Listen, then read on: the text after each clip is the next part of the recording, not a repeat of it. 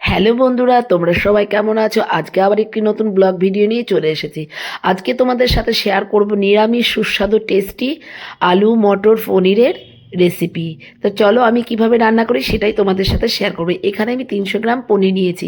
পনিরটা টুকরো করে কেটে নিয়ে সাদা তেলে ভালো করে ভেজে নেব। মানে খুব বেশি ভাজবো না, তবে হালকা ভেজে নেব। তবে এই রান্নাটা পুরোটা সাদা তেলে করার চেষ্টা করবে। আমি এখানে জল আর লবণটা ভালো করে গরম করে নিয়ে ভাজা পনিরটা ওই গরম জলের মধ্যে রেখে ঢাকা দিয়ে রেখে দিলে খুব সফট হয় পনিরগুলো খেতে। এর মধ্যে তোমার গোটা জিরে আর কিছু গোটা গরম মশলা দিয়ে তেলটা গরম করে আমি আলুটা ভালো করে ভেজে নিয়েছি। আর এখানে আমি একটা গোটা টমেটো, পোস্ত আর চারমগজ আর কাঁচা লঙ্কা দিয়ে একটা পেস্ট বানিয়ে নেব। এদিকে তোমার আলুটা ভাজা ভাজা হয়ে এসেছে। এর মধ্যে আমি আদা বাটা, হলুদ, লবণ আর লঙ্কা গুঁড়ো দিয়ে ভালো করে কষিয়ে নেব।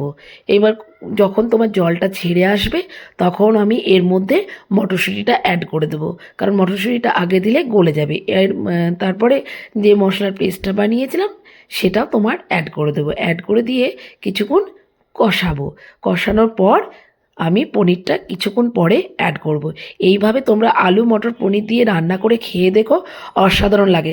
তবে এটা একটু ঝাল ঝাল হবে, কারণ এটা মিষ্টি হলে যেহেতু আলু দেওয়া আছে ভালো লাগবে না খেতে। তাই একটু ঝাল ঝাল করে বানালে না খেতে অসাধারণ হয়।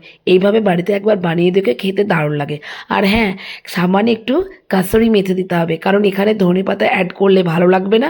এখানে কাসুরি মেথি অ্যাড করতে হবে, তবেই পনিরের যে ফ্লেভারটা খেতে খুব ভালো লাগে।